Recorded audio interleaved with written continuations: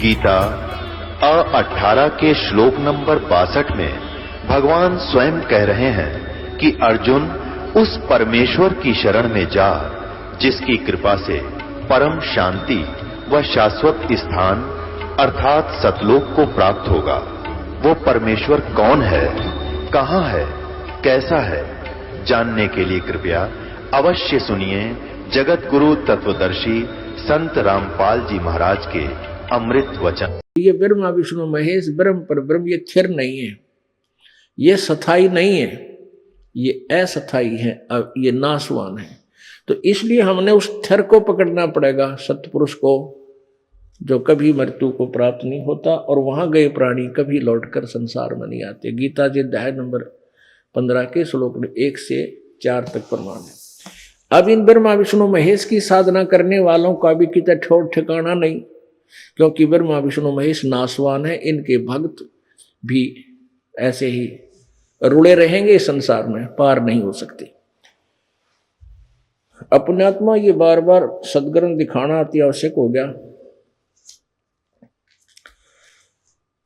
क्योंकि प्रत्येक प्राणी में एक जैसा ज्ञान फीड है। परमेश्वर कहते हैं कबीर, ये माया अटपटी और सब घट आण अड़ी, किस किस न समझाऊं या तो कुआ भांग पड़ी। यानी हम भी उसी तरह साफ हुए हैं। इतना ज्ञान सुनकर दिमाग में सेट हुई बात, वह सचमुच हम सदग्रंथ के विरुद्ध साधना कर रही थी। बहुत समय लगा, कई बार तो सुनने को जी नहीं करा ये बातें कि ले ब्रह्मा विष्णु में इससे भी ऊपर कोई भगवान बतावे हैं, अच्छे नालायक आदमी है।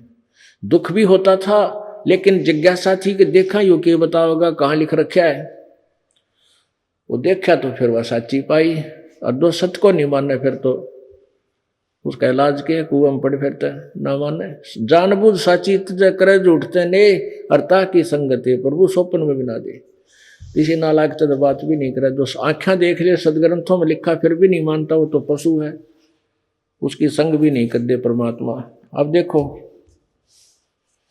देखिएगा श्रीमद् देवी भागवत गीता प्रेस गोरखपुर से प्रकाशित है। इसमें ये दिखाना चाहते हैं कि थिर पकड़ थिर रहिए, ब्रह्मा विष्णु महेश अविनाशी नहीं है, ये थिर नहीं है।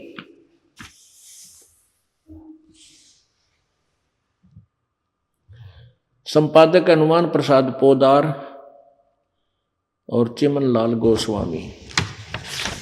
कहाँ से प्रकाशित और मुद्रित है? गीता प्रेस गोरखपुर, गोविंद भवन कार्यालय कोलकाता का संस्थान। इसके 123 पृष्ठ पे है।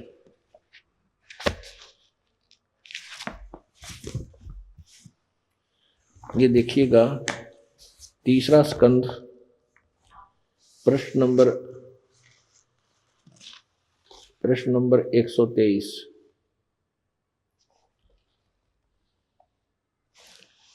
और यहां से देखते हैं, विष्णु जी कह रहे हैं अपनी दुर्गा माता दुर्गा की स्तुति करते हुए, कह रहे हैं तुम शुद्ध स्वरूपा हो, यह सारा संसार तुम ही से उद्भासित हो रहा है। मैं ब्रह्मा और शंकर, यानी विष्णु ब्रह्मा और शंकर, हम सभी तुम्हारी कृपा से विद्यमान हैं। हमारा आविर्भाव जन्म और तिरोभाव मीन मृत्यु, हमारा तो आविर्भाव तिरोभाव यानी जन्म और मृत्यु होता है, हुआ करता है। केवल तुम ही नित्य हो, जगत जननी हो, प्रकृति और सनातनी देवी हो। ये प्रकृति दुर्गा को ही कहते हैं, ये भी ध्यान रखना। ये गीता में काम आओगा आपका कि प्रकृति शब्द दुर्गा के लिए है। अब भगवान शंकर बोले, देवी यदि महाभाग विष्णु तुम्ही से प्रकट हुए हैं, तो उनके बाद उत्पन्न होने वाले ब्रह्मा भी तुम्हारे बालक हुए। फिर मैं तमोगुणी लीला करने वाला शंकर क्या तुम्हारी संतान नहीं हुआ? अर्थात मुझे भी उत्पन्न करने वाली तुम ही हो। सिवे संपूर्ण संसार की सृष्टि करने में तुम बड़ी चतुर हो। इस संसार की सृष्टि स्थिति और संहार में तुम्हारे गुण सदा समर्थ हैं। उन्हीं तीनों गुणों से उत्पन्न हम यानी ब्रह्मा विष्णु एवं शंकर नियमानुसार कार्य में तत्पर रहते हैं। इससे सिद्ध हो गया कि ब्रह्मा विष्णु महेश स्थिर नहीं है। अब इनको पकड़ने से यानी इनकी आड़ लेने से तो हम थिर नहीं हो सकते। थिर माने अमर, स्थिर। अब गीता ज्ञानदाता ये ब्रह्म है जो ब्रह्मा विष्णु महेश का पिता है। ये श्री कृष्ण जी में प्रवेश करके गीता जी का ज्ञान दे रहा है। चौथे अध्याय के 5वें श्लोक में कहता, अर्जुन तेरे और मेरे बहुत जन्म हो चुके, तू नहीं जानता मैं जानता हूं। 9वें श्लोक में कहा है इसी चौथे अध्याय के में कि मेरे जन्म और कर्म दिव्य हैं, अलौकिक है, यानी जन्म तो है। गीता जी अध्याय नंबर 10 के श्लोक 2 में कहा कि अर्जुन मेरी उत्पत्ति को, मेरे जन्म को ये सिद्ध, ये देवता और ऋषि नहीं जानते क्योंकि ये मेरे से ही उत्पन्न हुए हैं। इससे सिद्ध है गीता ज्ञानदाता का जन्म हुआ है, ये अविनाशी नहीं है। हाँ, वो दूसरी बात है कि इसके संतान नहीं जानती, क्योंकि पिता की उत्पत्ति को संतान नहीं जानती। दादाजी बताता है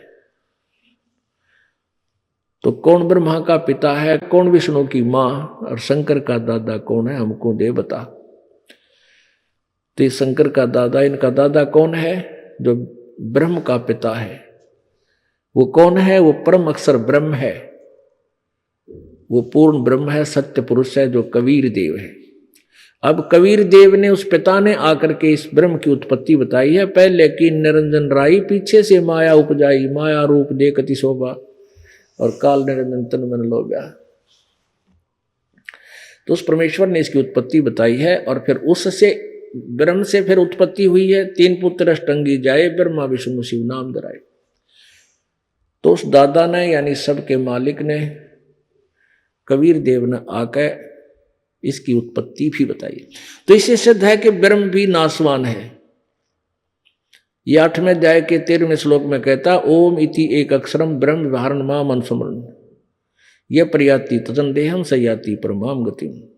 मेरा केवल एक मुझ ब्रह्म का, माम ब्रह्म, मुझ ब्रह्म का एक ओम मंत्र है, उच्चारण करके सिमरण करने का, और कोई अक्षर नहीं, एक ओम अक्षर है, यही जाप है। और जो मेरी इससे साधना करता है वो मुझे प्राप्त होता है। इससे सिद्ध है कि ये ब्रह्म भी नाशवान है, इसका, जिसका ओम नाम है। ये कंसेप्ट क्लियर करने के लिए आपको रह रह कर ये उदाहरण दिए जाते हैं। अब तीसरा जो परब्रह्म है, ये भी नाशवान है, अक्षर पुरुष जिसको बोलते हैं। गीता जी अध्याय नंबर 15 के श्लोक नंबर 16 में 2 प्रभु बताए हैं, एक क्षर पुरुष, एक अक्षर पुरुष। अक्षर क्षर पुरुष है ये ब्रह्म, इसको सर्वब्रह्म भी बोलते हैं, सर्वब्रह्म, और एक अक्षर ब्रह्म। तो ये इनमें और इनके प्राणी और इनके लोकों में और इनका शरीर, जितने भी प्राणी हैं स्थूल शरीर, सब नाशवान है, जीवात्मा अमर है। 15वें अध्याय के 17वें श्लोक में फिर कहा है कि उत्तम पुरुषत्व अन्य है, वो श्रेष्ठ भगवान तो कोई और है। जो परमात्मा इति उदाहरते, जिसको भगवान कहते हैं, यह लोक तरम आविश्य विवृत्ति अवय ईश्वर है। वो अवय ईश्वर, वो अविनाशी भगवान है, जो तीनों लोकों में प्रवेश करके सबका धारण पोषण करता है। गीता जी अध्याय नंबर 15 के श्लोक नंबर 1 से 4 में कति कंसेप्ट क्लियर किया है कि उल्टा लटका संसार रूपी वृक्ष है, और ये अविनाशी वृक्ष है, और इसके जो टहनी पत्तों सभी भागों को जो बता देगा वह तत्वदर्शी संत है। जिस तत्वदर्शी संत के विषय में 4थे अध्याय के 34वें श्लोक में गीता में कहा है, उसकी पहचान बताते हुए बताया गया है कि जो संसार रूपी वृक्ष, जो उल्टा लटका हुआ संसार रूपी वृक्ष है, इसके सभी अंगों को विभिन्न विभिन्न बता देगा, भिन्न भिन्न। स वेदवित, वो वेद के तात्पर्य को जानने वाला है, वो इस तत्व ज्ञान से परिचित है। तो परमेश्वर ने स्वयं ही आकर के, कबीर जी ने तत्वदर्शी संत की भूमिका की थी। उस समय अपनी सच्चिदानंद घन की वाणी में, अमर वाणी में, कबीर वाणी में लिखा है कि अक्षर पुरुष एक पेड़ है, निरंजन वा की डार, और तीनों देवा शाखा है, ये पात रूप संसार। तो पुण्यात्माओं, ये तीसरे नंबर का जो परमात्मा है वो वास्तव में अविनाशी है। तो इसमें बताया गया, परमेश्वर ने आगे बताया कि जब तत्वदर्शी संत तुझे मिल जाए, तो 15 में जाए कि 1 से 4 श्लोक का तात्पर्य है, तो उसके पश्चात उस परमेश्वर के उस परम पद की खोज करनी चाहिए जहां जाने के बाद फिर कभी जन्म मृत्यु में प्राणी नहीं आते, फिर वो कभी लौटकर संसार में नहीं आते। उसके लिए बताया है कि और वो परमात्मा वही है जिसने सारे ब्रह्मांडों की रचना की है, यानी सबका सृजनहार है वो। उसके लिए कहा कि 18वें अध्याय के 62वें श्लोक में कि तू सर्वभाव से उस परमेश्वर की शरण में जा, उसकी कृपा से ही तू परम शांति और शाश्वत स्थानम यानी सनातन परम धाम सत्यलोक को प्राप्त होगा। उसका मंत्र बताया है 17वें अध्याय के 23वें श्लोक में, ओम तत्सत इति निर्देश ब्रह्मण त्रिविध समर्थ। उस सचिदानंद घन ब्रह्म परम अक्षर ब्रह्म की भक्ति जो गीता जी अध्याय नंबर 8 के श्लोक नंबर 1 में अर्जुन ने पूछा कि जो आपने अध्याय नंबर 7 के 29 श्लोक में तत्ब्रह्म का जिक्र किया है, वो तत्ब्रह्म कौन है जिसको जानने के बाद फिर प्राणी यहां से छूटने का ही प्रयत्न करता है, जरा मरण से छूटने का प्रयत्न ही करता है। 8वें अध्याय के 3 मंत्र में श्लोक में गीता ज्ञानदाता कहता है वो परम अक्षर ब्रह्म है। एक क्षर ब्रह्म, एक अक्षर ब्रह्म, एक परम अक्षर ब्रह्म। गीता जी अध्याय नंबर 15 के श्लोक 16 और 17 में तीनों भगवानों का कति कंसेप्ट क्लियर है। उसको अक्षर पुरुष को हो चाहे अक्षर ब्रह्म को हो, या अक्षर पुरुष को हो या अक्षर ब्रह्म को हो।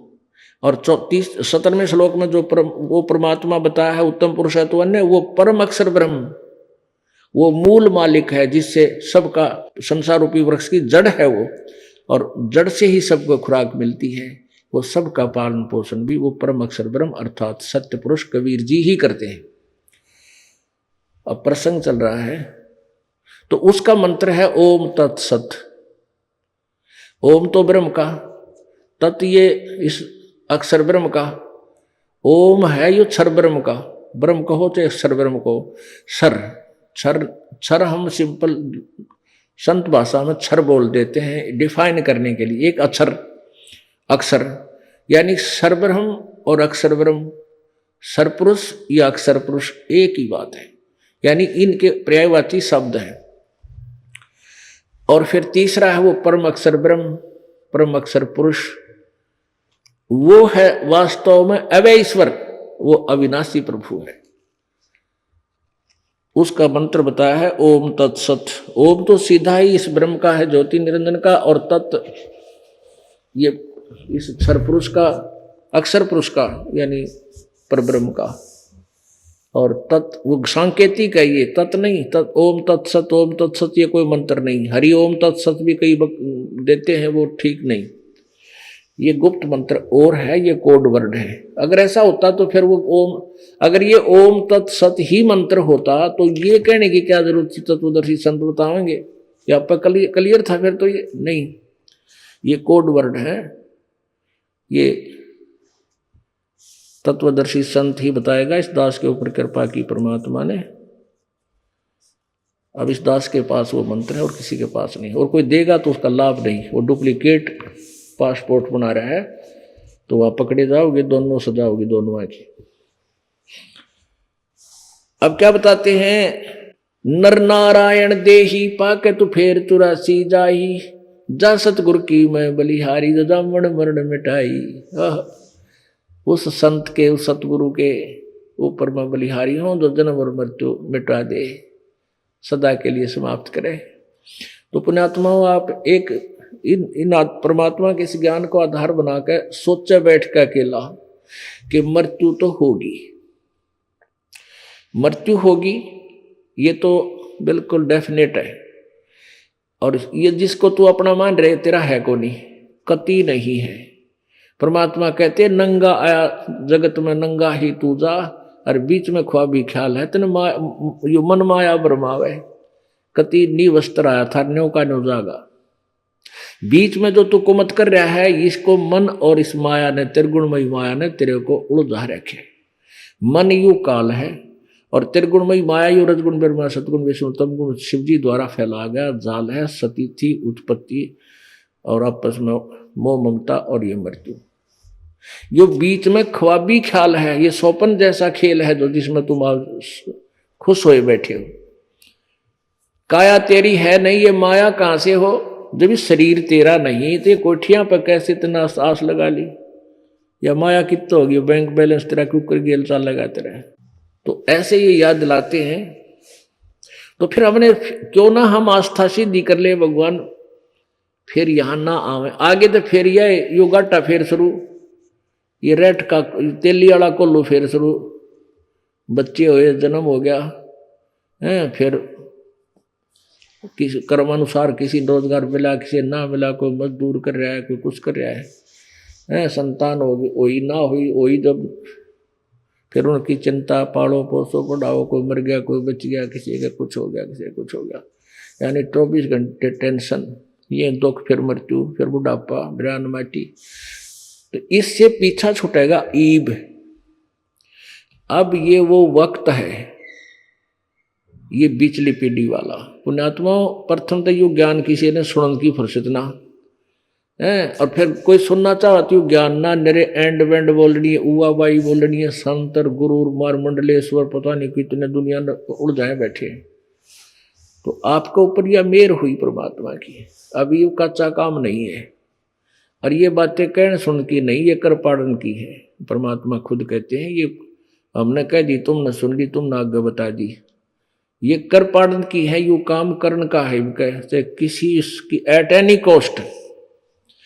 और यहाँ तक बताया जो सिर के सट्टे हरी मिले तो भी सस्ता जान, अगर ये सिर दे तो मालिक मिल जाए तो भी बिल्कुल चीफेस्ट है, सबसे सस्ता ही। तो मरेगा सिर तो जाना ही तेरा, कितने बीमारी में हो जाएगा, कैंसर में तड़प कर मरेगा, एक्सीडेंट में मर जा और कोई कारण हो जा, और तो इसके सौदे में मालिक मिल जावा तो इससे सस्ता कुछ नहीं। अब सिर का साटा क्या होता है, सिर कैसे देना है, कैसे सौदा करना है चीज का। एक गुरु के 3-4 चेले थे, उनको वो ज्ञान देता था, उनको ज्ञान दिया कि भाई गुरु जी के वचन का पालन करना चाहिए, तब जीव की भक्ति सफल होगी। भाई जो गुरु वचन पे डट गे रकट गे फंद 84 के, कट गे फंद 84 के, रकट गे फंद 84 के। वस्तु मिली ठोड़ की ठोड़, मिट गई मन पापी की दौड़े। वस्तु मिली ठोर की ठोर, मिट गई मन पापी की दौड़। भरम मिटे मथुरा काशी के, भरम मिटे मथुरा काशी के। भाई जो गुरु वचन पर डट गे, कट गे फंद 84 के। अब ये नियम सही है, परमात्मा भी कहते हैं गुरु वचन निश्चय कर माने, और पूरे गुरु की सेवा ठाने, पूरे गुरु की आड़ लेवे। तो ऐसे वो शिक्षा दे रहा था कि भाई गुरु जी के वचन का उल्लंघन नहीं होना चाहिए, जो कह दिया फाइनल हो, और वही भगत सफल होया करे। जैसे गोरखनाथ जी ने, गोपीचंद भर्तृहरि दोनों राजा थे, और राज त्याग के ये फिर गोरखनाथ जी के शिष्य हो गए। तो गोरख उनसे कहने लगे भगवान हमारा उद्धार क्यों करोगा। अब उद्धार होगा भाई ठीक है, नाम दे दिया, नाम जपो। और अलवर, ये राजस्थान में अलवर शहर है एक, वहां एक राजा का नवाब का किला बना था, और कहा कि उस अलवर में नवाब का किला बना है, वहां जाओ दोनों जने, और वहां जाकर तुम मजदूरी करो, और वहां से पैसा मत लेना, अपने भोजन के लिए और टाइम की तो और करियो जाओ। अब बताओ ये कोई भक्ति का कोई इसमें कोई अंश भी ना दिखता भक्ति का, लेकिन गुरु जी के वचन की कीमत होती है। वो किस दृष्टिकोण से उनको कह रहा है, क्योंकि वो किस सत्र के गुरु थे, फिर भी उन शिष्यों ने उस गुरु की आज्ञा का पालन किया। अब तो उनको जितना भी उससे राहत मिलनी थी, वह राहत गोपीचंद भर्तृहरि को मिली। तो कहने का भाव इस प्रकार वो उन्होंने गुरु का आज्ञा का पालन किया। 12 वर्ष तक अलवर के किले में पत्थर ढोए, पैसा नहीं लिया, कोई भी चीज मेहनताना नहीं लिया। अपने पेट के लिए एक कुम्हार के घर चले जाते। वो कुम्हार एकला दुखी होया करता, उससे कहने लगे पिताजी हम आपकी मदद कर देंगे। वो बोला भाई मदद कर दो चाहे ना कर दो, पैसा देने में मेरे पास को ना। वो बोले जी ना पैसा नहीं दे। तो क्या हमने, वो बोला जी एक आधी रोटी दो तो दे दियो ना, हम आपकी मदद वैसे भी कर, वैसे मदद वो नहीं करवा सकता, पता था उनको। तो वो क्या कहने लगे अपनी पत्नी से कि 2 आदमी और मेरे साथ रहे हैं, रोटी ज्यादा दे दिया करे। मानो बोली और कमाल कर रहा है तो क्या करे सारा दिन, और खागड़ पाड़ लिए तो ना। वो 8 रोटी दिया करती था, 6 दिन लागी उल्टी। तो वो तीनों जने उन मत एक 2 खा के अपना टाइम पास कर दे। इस तरह चलता रहा और फिर उन्हीं में इतनी सिद्धि शक्ति आ गई कि अंत में जब वो 12 वर्ष तक वहां रहे, ऐसा चलता रहा। तो चलते समय उन्होंने कहा कि पिता का हेत माता का कुहेत और आधे कंचन आधा रेत, यानी जो घड़े वो बनाया करता था वो आधे तो सोने के हो गए और बाकी बिना पके रह गए, कति कच्चे। आवाज जब खोला वो चले गए। बाद में जब उनके जाने के बाद उस कुम्हार ने कुम्हारी को अपनी पत्नी को दिखाया कि देख ये चलते समय ये शब्द बोल के गए थे भाई। फिर वह भी रोई बेचारी, गाय मन तक गलती कर दी, ये तो महात्मा थे, भगत थे, कितने इनकी आत्मा दुखाई, तो ये के बने, वो तो समय गया। तो कहने का भाव ये है कि गुरु जी के वचन पर रुकने से जिस स्तर की उनकी भक्ति थी वो ये सिद्धि शादी ही बनाते हैं, ये सिद्धियां ही आ जाती हैं, इससे वो महात्मा और संत कहला जाते हैं। उस स्तर की जो पढ़ाई उन्हें पढ़ाई थी उसको भी गोपी चंद और भर्तृहरि ने गुरु जी के आज्ञा पालन करके सफल किया। कहने का भाव ये। और अब हम परमात्मा पूर्ण की भक्ति करेंगे तो भी गुरु जी का वही नियम है, गुरु जी की आज्ञा का पालन ही करना होगा। तो वो शेष अपने चेला तो ही बताया करता कि भाई गुरु जी की आज्ञा का पालन करना चाहिए तभी सफलता मिलती है। तो ऐसे पहले तो यह शिक्षा दी, फिर कहने लगा भाई तुम सारे 5 के 5 4-5 जितने हो मेरे सिर में जूते मारो 5-5। अब फिर गुरु जी को भगवान के समान मानना चाहिए, ये भी शिक्षा साथ होती है। अब धर्म संकट में फंस गए भाई, गुरु जी का जूते मार दिए तो नाश पिट गया, बात बिगड़ गया था ना। कति कितना जोगे भी ना रहेंगे हम तो, या भक्ति का आग लग जाएगी मारी का है भाई। गुरु जी का जूते कैसे मारे, एकदम शतब्द हो गए, नीची गर्दन कर ली। और गुरु जी ने कहा भाई अरे ये क्या शिक्षा दी थी मैंने तुम्हारे को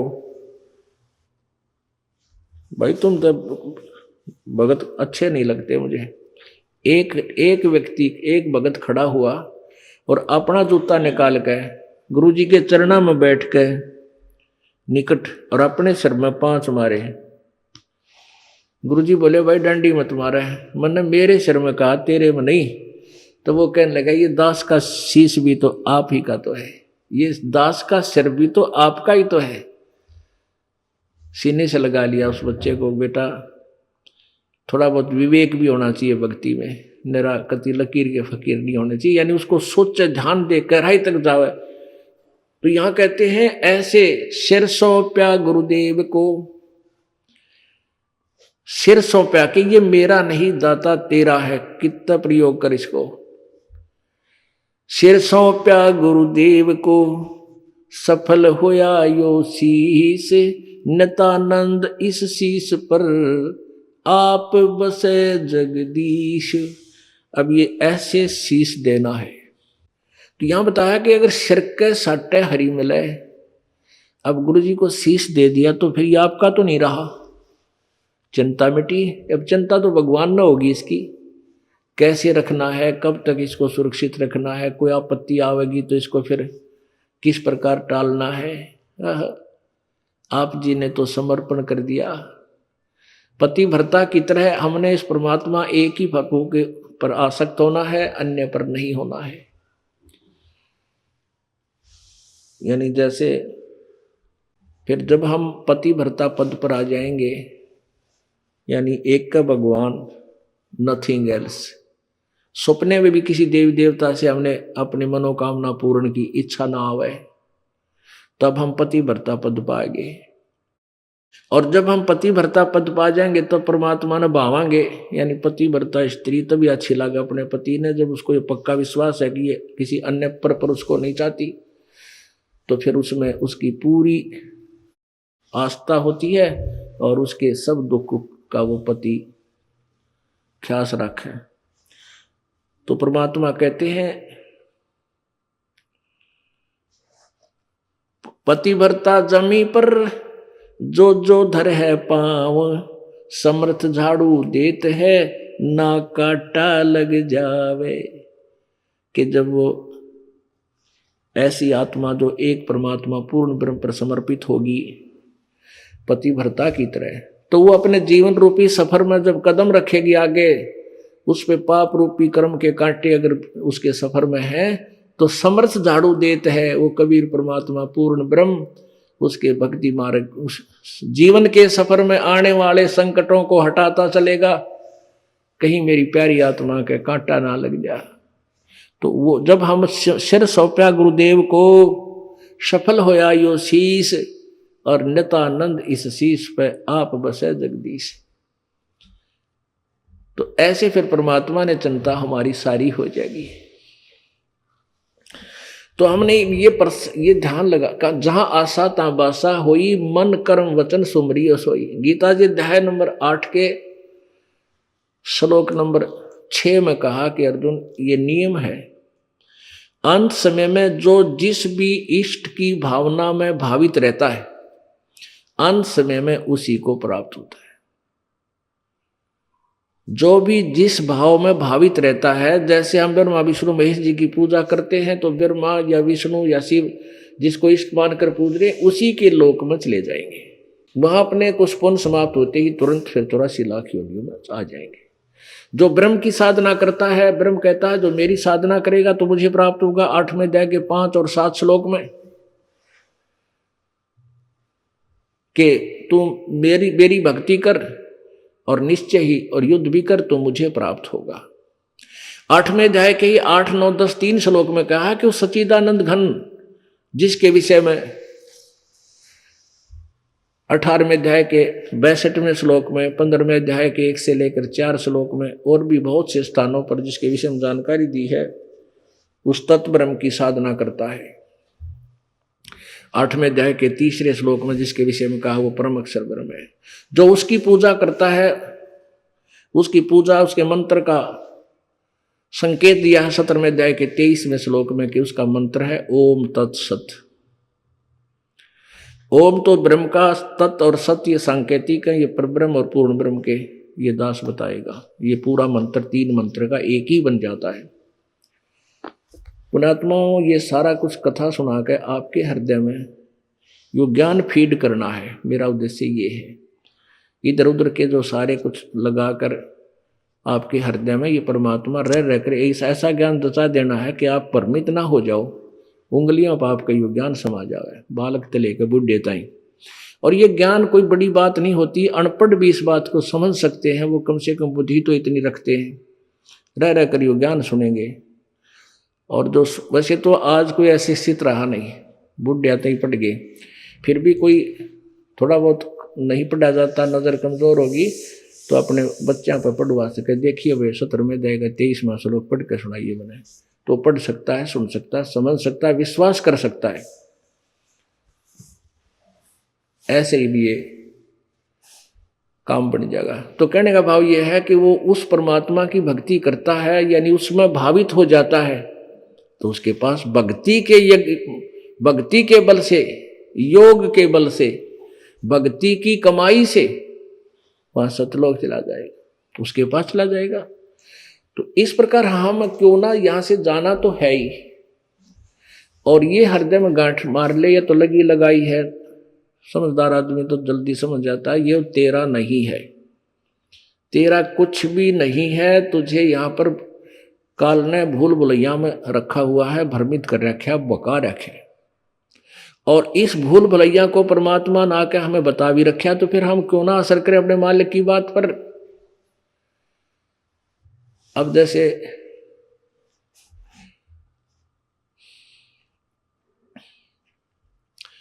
नित्यानंद जी ने कहा कि शब्द सैन सतगुरु की पेछाणी, पाया अटल सुहागरे, नित्यानंद महबूब गुमानी, परगटे पूर्ण भागरे। शब्द सैन सतगुरु की पेछाणी।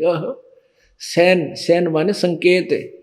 जैसे कोई आपत्ति का समय हो और कई व्यक्ति इकट्ठे हो रहे हो, कोई संकेत करना हो तो अपने व्यक्ति को कोई संकेत से करते हैं, वो करते हैं। यानी ये सैन होती है। वहां बोलने की जरूरत नहीं, वो समझ जाना चाहिए कोई क्या बताना चाहता है, खिसक ले जाते हैं। वो सैन है, वो संकेत है।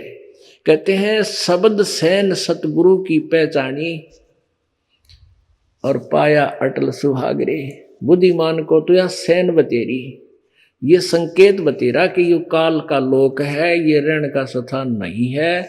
और जहां आसाता बासा हुई, अगर तेरी आस्था यहीं रहेगी तो यहीं फिर आ जा कि तक कुत्ते गधे की जो निपाग है।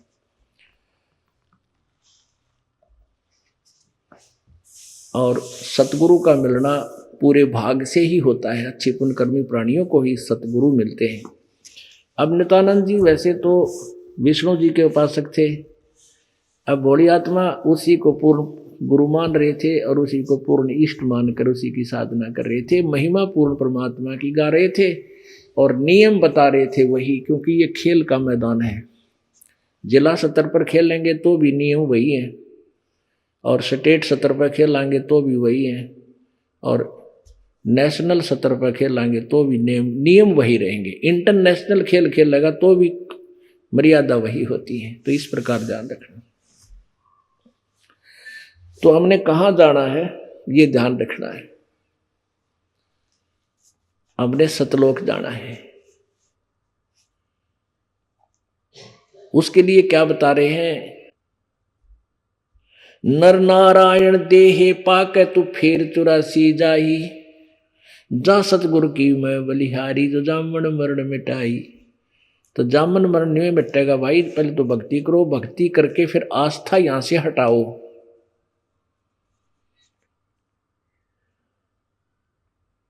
आस्था कैसे हटेगी? यहाँ के दुख याद करके, और यू रेट के कुएं वाला जो कोल ये चक्कर है, इसको ध्यान में धर के।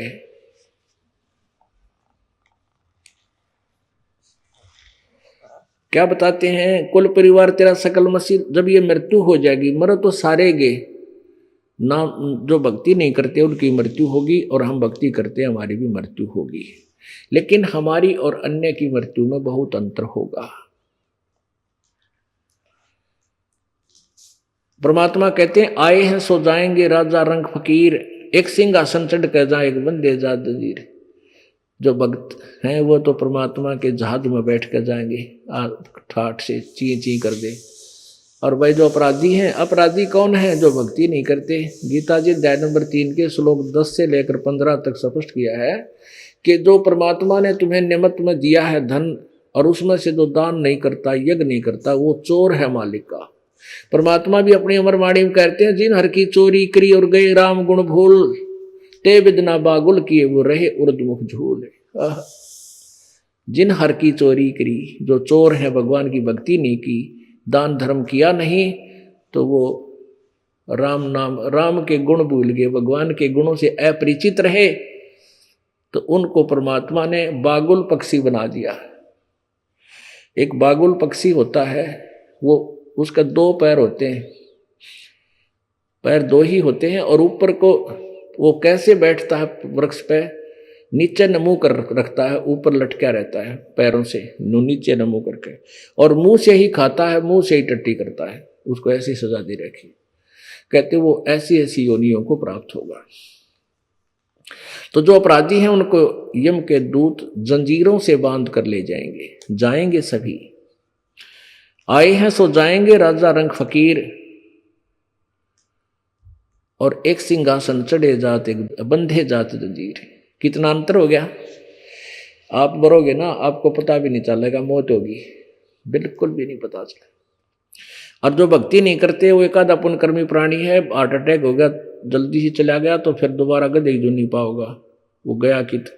यानी वो तो फॉर एग्जाम्पल एक आधा होता, बाकियों की मृत्यु या तो बीमारी तय, या वैसे कि तो जुबान बंद होगी, टट्टी पेशाब माए निकलगी, कोई दिन खाए पिए हो जाएंगे, घर के भी दुआ करेंगे भगवान इस मर जाए तो बढ़िया, पंडा छूटा दुखी हो जाए। तो क्या बताते हैं, जब यह मृत्यु होगी, कुल परिवार तेरा सकल कबीला मसलत एक ठहराई, सबकी एक सलाह बन जाएगी। उठाओ कुल परिवार के लोग आके आसपास के, जो कि उठाओ इसमें जल्दी करो भाई, बांस हो जाएगी, कीड़े पड़ जाएंगे, जल्दी करो। तो कहते हैं 2 घंटे भीतर तने शमशान घाट पर याद रहेंगे।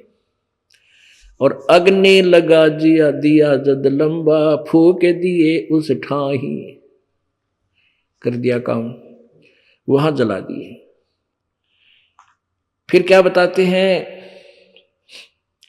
वेद बांध फिर पंडित आए, पीछे गरुड़ पढ़ाई। ये पुराण बांध के पंडित आए, पाछे गरुड़ पढ़ाई। गरुड़ पुराण को पढ़ाते हैं, 7 दिन का पाठ करते हैं मृत्यु के बाद ये नकली गुरु जी। अब गरुड़ पुराण में क्या लिखा है, उसमें मृत्यु के उपरांत जीव के ऊपर क्या क्या आपत्तियां आती हैं, और उनका कारण बताया कि इसने ऐसा कर्म किया जिसने उसके ऐसे अंग कटते हैं, वहां आंखें फोड़ दी जाती हैं, ऐसे यहाँ भी जो दोबारा कभी जन्म होगा तो इसे कर्म किया, उसका बेटा मरता है, उसकी ऐसी बेटी विधवा होती है, उसके ये कष्ट होते हैं। अब परमात्मा कहते हैं अपनी वाणी में कि वो मरने वाला तो मर गया, वो तो चला गया अपने जिसे कर्म किए थे, वह गठड़ी बांध गए, वह खुलवाली जाकर धर्मराज ने, खोल बेटा बेटी क्या लाई कमा के। अब उसके बाद वो गुरुजी वहां गरुड़ का पाठ करने लग रहा है। अरे भले आदमी, गरुड़ का पाठ तो पहले पढ़ाना चाहिए था उसको, मरण तो पहले, मृत्यु से पूर्व, ताकि वो डरता, उसको भय बनता, बुरे कर्म ना करता और अच्छी भक्ति करके अपना पीछा छुटवा जाता, अच्छे कर्म करता। अब वो तो गधा बनने की तैयारी कर रहे और वहां गरुड़ पुराण का पाठ करने लग रहे। अरे वाह भाई वाह, यह तो वह बात होगी, वह कील लाग रही खुरा में, ट्रीटमेंट घुटने का, पशु के बैल के कील तो लाग रही खुरा, नीचे खुरा में, और गोड्डे पर पट्टी बांधे तेरा के जो। तो ऐसी इनकी ये भक्ति मार्ग था। अब क्या बताते हैं, प्राण बांध फिर पंडित आए, पीछे गरुड़ पढ़ाई। नरसेती फिर पशुआ की जय, गद्दा बैल बनाई। ये 56 भोग कहाँ मन बोरे, कि तकुर्री चुगने जाई। अब क्या बताते हैं कि वहां तो वो गरुड़ जी भी का पाठ हो रहा है, और वो क्या होता है, नरसेती तो फिर पशुआ की जय, गद्दा बैल बनाई। और ये सुंदर आहार, आज भूख लगे जब दूध पी लें, चाय बनवा लें, पकौड़े खावें, समोसे लड्डू जलेबी रोटी अच्छी सब्जी दाल, और ब्याह शादी में भाई लड्डू जलेबी। तो अब तो आप मनुष्य शरीर में है और जो चाहे आहार आप प्राप्त कर सकते हो। और फिर एक भक्ति ना करने से क्या होगा कि बैल और गधा बनेगा। ये 56 भोग कहाँ मन बोरे, कि तो कुर्डी चरने जाई। पुणात्मा कालजा पाट जा, भांग उतर जाता आपकी। ये भांग का, ये त्रिगुणमयी माया का जो नशा आपका है, ये धीरे धीरे उतरता, क्योंकि एंटीबायोटिक ट्रीटमेंट लंबा है, थोड़ा समय लगेगा, उतर जाएगा, कति उतरेगा, यानी बहुत काम आओगी आपके अब साधना। तो इन बातों ने याद आओगे ना, कलेजा हिल जा आदमी का। और भक्ति करे डट के, बुरे काम तो बच्चा है, कति बुराई नहीं करे, भूखा रह ले एक टाइम, वो अच्छा है। नरसेती फिर पशुआ की जय, गद्दा बैल बनाई। ये 56 भोग कहाँ मन बोरे, है कि तकुर्डी चरने जाई। प्रेत शिला पैजा बिराजे, पितरों पिंड भराई। और बहुत श्राद्ध खान को आए, काग भय कलमाई। जय सतगुरु की संगत करते, तेरे सकल कर्म कट जाई। अमरपुरी पर आसन होते जहां धूप ना छाई। सुरत नृत मन पवन पियाना शब्द शब्द समाई, गरीबदास गलतान महल में मिले कबीर गुसाई। अब क्या बताते हैं कि जब ये प्राणी मर जाता है, मृत्यु हो जाती है, शरीर छूट गया, तो इसको क्या करते हैं, फूल उठाओ, फूल यानी इसके अस्थियां उठाओ और कहाँ ले जाओ, गंगा में ले जाओ, गंगा में। किस लिए कि इसकी गति हो जाएगी। गुरुजी बताते हैं कि इसकी गति हो जाएगी तुम्हारे माता पिता की, और इसको गंगा में अस्थियां बहा का हुआ तुम्हारे विशेष गुरु के माध्यम से। तो यहां से जाते हैं अस्थि लेकर के गंगा के घाट पे, वहां गुरुजी और अक्षेत्र वाइज डारे नारे वहां गुरुजी हैं जो गति करने वाले हैं, मोक्ष करने वाले। तो वो फिर वहां अस्थि डालते हैं उनके, फिर पैसे पूजा मांगते हैं। अब होगी गति, पिताजी के फूल डाल दिए, अस्थि डाल दी गंगा में, गति कर दी। फिर कहेंगे भी इनके जो है ना 13वीं करो, किस लिए कि उसकी गति होगी।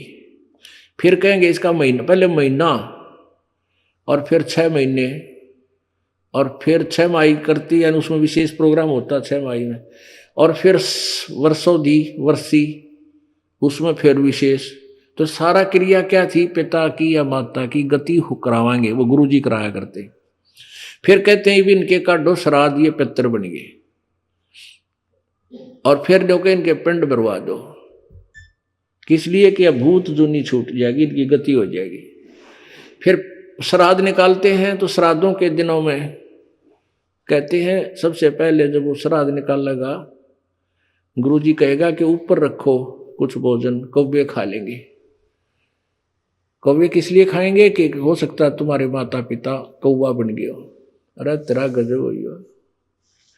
अब परमात्मा कहे हैं कहां से गति कराने लगे थे और कौवा बना के छोड़ दिया। वो पिताजी का कौवा बनवा दिया। परमात्मा कहते हैं रे भोली सी दुनिया गुरु बिन कैसे सरिया, भाई जीवित बाप गेल लट्ठम लट्ठा मुए गंग पोचैया। जीवित बाप की तो कदे सेवा नहीं करी, और उस वो गुरुजी आया करते 1 महीने उसकी पूजा करें, संध्याय महीने, और फिर 13 दिन उसकी बटेवी की तरह सेवा, जो मांगे वाई ले दादा, जो मांगे लिया दादा। कदे पिताजी की गति में, यानी वो कदे भूत बढ़ कर सेध ना जातम ना फिर समारे, वह गति न्यू थी, और कोई पिताजी से कोई लेन देन नहीं रहा। फिर मेरे बच्चा मर गया तो मर गया, डरते न्यू करा करते, कदे भूत बनकर फिर आसिद है, जानते हैं कील गाड्या करते दिलिया में, कदे फिर उल्टा ना आ जा। अरे ये वो बाप दुश्मन हो गया, ये उसके सहारे पर बंद कर दिए, वापस नहीं आ जाए। कबीर परमेश्वर जी कहते हैं रे बोली सी दुनिया सतगुरु बिन कैसे सरिया, जीवित बाप गे तो लट्ठम लट्ठा, और मरे पाछे गंग पोचैया, गंगा ले गए। और जब आवे आसुज का महीना वो कौवा बाप बनैया, रे बोली सी दुनिया। जब आसुज का महीना आया वो कौवा बाप बना लिया, कि हो सकता है ये तुम्हारे पिताजी हो, और ये देख खा गया ना कौवा, तेरे पिता को भोग लग गया। ये ऐसे थे हमारे गुरुजी, जिन्होंने कति रांद काट रखी, सारे भक्ति मार्ग का बट्ठा बैठा रखे। तो यहाँ क्या बताते हैं, प्रेत शिला पैजा बिराजे पितरो पिंड भराई, और बोहर श्राद्ध खान को आए, फिर काग वहे कली माही। पहले पिंड भराए, फिर श्राद्ध निकाले, और कौवा बनकर फिर वो श्राद्ध खान आएगी, श्राद्ध खान आएगी।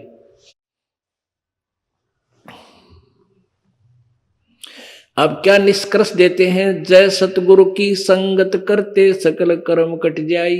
ओह, जय सतगुरु की संगत करते, यानी तत्वदर्शी संत के शरण में रहते तो सकल कर्म कट जाई। ना भूत बनना, ना अस्थि ठानी, ना श्राद्ध निकालने, ना कि तब महीने भर सोदी 6 माही करनी। क्यों, तो चला गया प्राणी निज स्थान, चला गया माटी माटी में। रला जी बता फिर रह गया कि रोला, फिर क्या बीच में क्या रह गया, वो नो करवाओ और नो करवाओ, फलाना करवाओ, फूक का अपने हाथ आ रहे।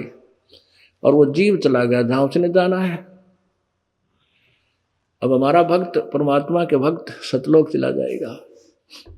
तो कहते हैं जय सतगुरु की संगत करते सकल कर्म कट जाई, अमरपुरी पर आसन होते जहां धूप ना छाही। उस मन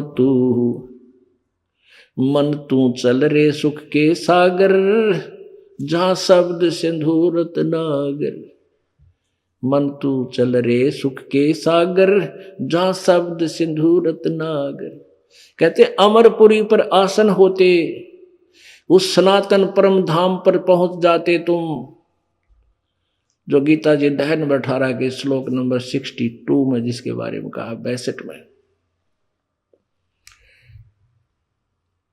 कि हे अर्जुन तू सर्वभाव से उस परमेश्वर की शरण में जा, उसकी कृपा से ही तू परम शांति और सनातन परम धाम उस अमरपुरी में चला जाएगा। जय सतगुरु की संगत करते सकल कर्म कट जाई, अमरपुरी पर आसन होते हैं जहां धूप ना छाई। सुरत निरत मन पवन पियाना, शब्द शब्द समाई। गरीबदास गलतान महल में मिले कबीर गुसाई। अब गरीबदास साहब जी कहते हैं मुझे तो मेरा मालिक गुरुदेव कबीर जी मिल गए, इसलिए हम तो भाई मस्त हैं। हमने तो अपना ठिकाना ढूंढ लिया, सतलोक में जाएंगे।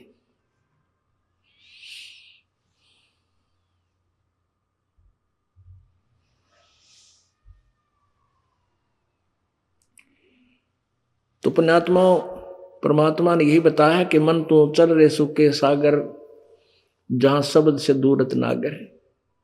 कोटि जन्म तन भरमत हो गए, कुछ ना हाथ लग्या रे। कुकर सुकर खरबा बोरे, कौवा हंस बुगारे। कोटि जन्म तू राजा के ना मिटी ना मन की आशा, और भिक्षक होकर दर दर घूम लिया, ये मिला नहीं निर्गुण रासा। पुण्यात्मा हम आज के नहीं हैं, असंख्यों जन्मों से हम ऐसे ही कष्ट पे कष्ट उठा रहे हैं, जन्म मृत्यु को प्राप्त होते आ रहे हैं। परमात्मा हमें याद दिलाना चाहते हैं कि तुम बहुत अच्छी, पहले अच्छी आत्माएं भी रही हो, फिर नरक में भी चले गए हो, देवता भी बने हो, राजा भी बने हो, कई कई बार बने हो। एक बार मार्कंडे ऋषि एक कीड़नाल को देख रहा था। इंद्र स्वर्ग का राजा आ गया पीछे और कहने लगा, हे स्वामी, हे महात्मा जी, आप इन चींटियों में क्या खोज रहे हो, क्या देख रहे हो? उसने देखा इंद्र खड़ा है, उसने कहा कि देवराज, इनमें मैं ये देख रहा हूं कि कौन सी चींटी कितने बार इंद्र की पदवी प्राप्त कर चुकी है, क्योंकि हमारे सारे पिछले संस्कार भी हमारे प्रत्येक प्राणी के अंतःकरण में फीड होते हैं।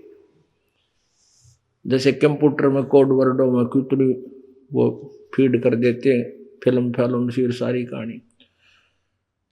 तो इंद्र का झटका सा लग गया कि हे परवरदिगार, ये चींटी भी कभी इंद्र रही है? कहा बेटा, कई कई बार। क्या देखा कि इनमें एक चिट्टी ऐसी है जो एक बार इंद्र बनी है, बाकी तो कई कई बार इंद्र की पदवी प्राप्त कर चुकी है। वो तेरा गजब। अब आज राजा है, इंद्र है, कल को गधा बनेगा। वो तेरा गजब है कि क्या लगा इसे राज का, स्वर्ग का राजा, और गधे की योनि से प्रारंभ होगा उसका 84 लाख योनियों का चक्कर। पुणात्मा, इस दास को जब ये ज्ञान हुआ, धरती पर किता टक्के थे उस दिन। वही भगवान, रात को नींद नहीं आई, सारी रात बैठ के काटी। है परमात्मा, दिकड़े डले डोआ थे के साधना कर रहे थे कि तक कोई सिर था ना पैर था, कोई ठिकाना नहीं था, और क्यों कर दया करी मेरे माले। फिर ऐसा हो गया, बताऊं किसने को छोड़ना तैयार नहीं, सारे उल्टे बोल रहे। अब यह भी समस्या परमात्मा आप ही हल करोगे। अब यह धीरे धीरे होगी, दया होगी दाता की। मेरे जैसे दुखी बतेरे पागे जिनको भगवान की चाह थी। अब क्या बताते हैं कि सतयुग में राजा अम्बरीश थे, बहुत प्यारी आत्मा, बड़े सैन स्वभावशील स्वभाव के, परमात्मा से डरने वाले, दान धर्म करने वाले। और दुर्वासा जैसे एक बहुत बड़े सिद्ध पुरुष थे, जो ऋषि थे, घर त्याग कर चले गए थे, बाल ब्रह्मचारी थे, और वो अम्बरीश जी बाल बच्चेदार थे, राजा थे।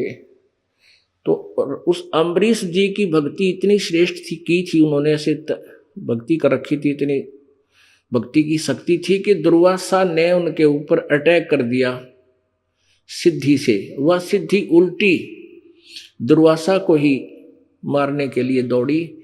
दुर्वासा जी ने आखिर में उसके चरण पकड़े अम्बरीश राजा के, जब उसकी जान बची। तो ऐसे महान आत्मा सतयुग में राजा, और फिर भक्ति की वही आत्मा फिर त्रेता युग में राजा जनक हुए, और फिर राजा के पास कितने नौकर होते हैं अंडरस्टूड है। और फिर वही प्यारी आत्मा नानक जी हुए। बताओ आप, अब पुण्य खत्म हो गए तो स्वयं नौकर लगे एक नवाब के यहाँ एक रोजी रोटी के लिए, और पहले स्वयं राजा थे, नौकर उसके हजारों की संख्या में सर्वेंट होते थे। तो यहाँ, और अगर यदि अब परमात्मा उन्हें नहीं संभालते जा करके बेई नदी पर, तो ये प्यारी आत्मा अपने पुण्य क्षीण करके 84 लाख योनियों में चली जाती है। तो ये पुण्यात्माएं जो पिछले जन्मों में कभी प्रभु की चरणों में रहे हो, आप भी उन्हीं में से हो जिनको आपको परमात्मा ने संभाल लिया। कहते हैं जो जन हमारी शरण है, ताका हूं मैं दास, और गेल गेल लाग्या रहूं जब लग धरती आकाश। उसी सिद्धांत से परमात्मा आपके पीछे पड़ा हुआ है। देखो इस दास, आप देखते हो मेरा रूटीन इस दास का भी है, 3 दिन सुबह उठ लेना, सारा दिन आपसे मिलना, बोलना, कोई दुख सुख आपका पूछना, जिस दास को ज्ञान है आधे से बताना, फिर सत्संग करना 18 घंटे, 12 घंटे, और फिर ये ज्ञान समझाना। तो ये किस लिए हो रहा है? मुझे क्या स्वार्थ है? दास का कोई लालच नहीं था कि मैं खुद रोजी रोटी के लिए ही इसे गड़ पड़वाऊं हूं, नहीं। परमात्मा का आदेश है। जिस कार्य को परमात्मा सतलोक से चलकर करने आए, यहाँ पर दुनिया के डले खाए बूंदे को आए, बदनाम हुए, मारना चाहा उनको, लेकिन उनको कौन मार सकता था? फिर भी वो इतने कष्ट हमारे लिए उठाए, वो ड्यूटी व मजदूरी इस दास को दे दी। तो मैं तो अपना सौभाग्य मानता हूँ, शुक्र मनाऊं परमात्मा का कि ये शीश आपके लेखे लगे, और ये आजीवन ये हिम्मत दो परमात्मा तेरे बच्चों को ये ज्ञान समझा सकूं। तो ये सारा ज्ञान आपको इसलिए समझाया जा रहा है कि आप बहुत पुण्यात्माओं में से हो। अब क्या बता रहे हैं कि कोट जन्म तन भरमत हो गए, कुछ ना हाथ लगा रे, कुत्ता सुकर सुअर खर गदा, कुकर सुकर खर बोरे, कौआ हंस बगारे, और कोटि जन्म तू राजा की नामेटी नमन की आशा, भिक्षुकों का दर दर घूमया, ये मिला नहीं निर्गुण रासा। ये मार्ग नहीं मिला, इसलिए भ्रम रहा था तू अभी तक।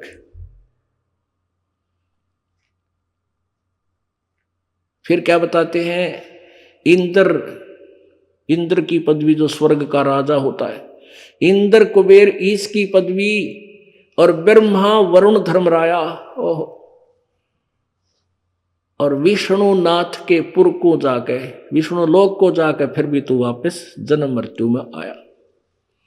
असंग जन्म तन मृत्या हो गए, जीवित क्यों ना मरे रे, और 12 बद मैल मठबोरे, बहुर ना दे धरे रे। असंख्य जन्म तन मृत्या हो गए, जीवित क्यों ना मरे रे। अब जीवित मरना है कि जैसे आप सत्संग की तरफ चलते हो, सोचते हो, तो कोई न कोई बाधा आपके सामने अवश्य खड़ी होती है। कुछ एक पुण्यात्मा होते हैं जिनके पास नहीं होती, लेकिन बहुत के होती है। तो उस समय ये सोच ले भी, मान लीजिए आज मैं सत्संग में जाने से रुक जाऊं क्योंकि मेरा यू काम खराब ना हो जाए, कोई हानि ना हो जाए, और यह मृत्यु हो जाए मेरी, फिर परमानेंट मर गया, फिर तो कभी उस काम को ठीक करने आ ही नहीं सकता जिसकी चिंता में सत्संग में नहीं आया। और यदि आप 1-2 दिन के लिए जीवित मर के आ जाओ, नो सोच लो मर गए भाई हम थे, अब कुछ भी हो पाछे थे, तो 2 दिन मरे, फिर वापस चले जाओगे। तो फिर जो थोड़ा बहुत बिगड़ा, वैसे तो जो सत्संग में आते हैं उनका काम बिगड़ा नहीं करते, समझा कर ये सत्कर्म मान लेना। ये 100% समझना। जिस दिन आपके हृदय में यह बात समझ जाएगी, आपके काम नहीं बिगड़ सकते, आपके समरे पाओगे, चाहे मालिक ने खुद जाकर करना पड़ी हो। ये नियम है इसी ईश्वर का, परमेश्वर का। तो फिर भी आपके दिल डांटने के लिए परमात्मा कहे वो जीवित मर का जो 2 दिन के लिए, 2 दिन पाछे फिर से संभाल लोगे, जब परमानेंट मर गया था फिर भी तो नो का नो बिगड़ा रहेगा।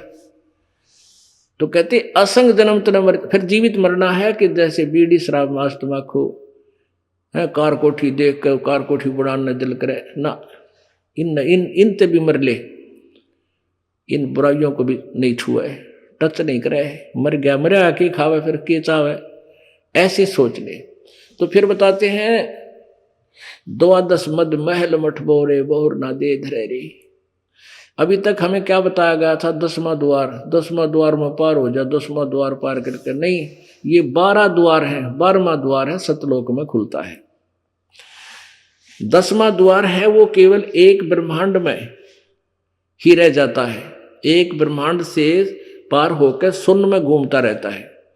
और जो 11वां द्वार है वो 21वें ब्रह्मांड काल के 21वें ब्रह्मांड से परब्रह्म के लोक में प्रवेश करता है, वो 11वां द्वार है। और 7 संख ब्रह्मांड जो परब्रह्म के हैं उनसे आगे चल के जो सतलोक में प्रवेश करने का एक ही द्वार है, वो 12वां द्वार है, वो 12 दर, वो 12वां द्वार है। उस 12वें द्वार को पार करके हम उस स्थायी स्थान पर अमर लोक में जाएंगे। 12 मद मैल मठ बोरे बोहर न दे धरे रे। फिर बताते हैं दोजक भी सभी ते देखे राजपाट के रसिया, और 3 लोग से तरपत नाही ये मन भोगी खसिया।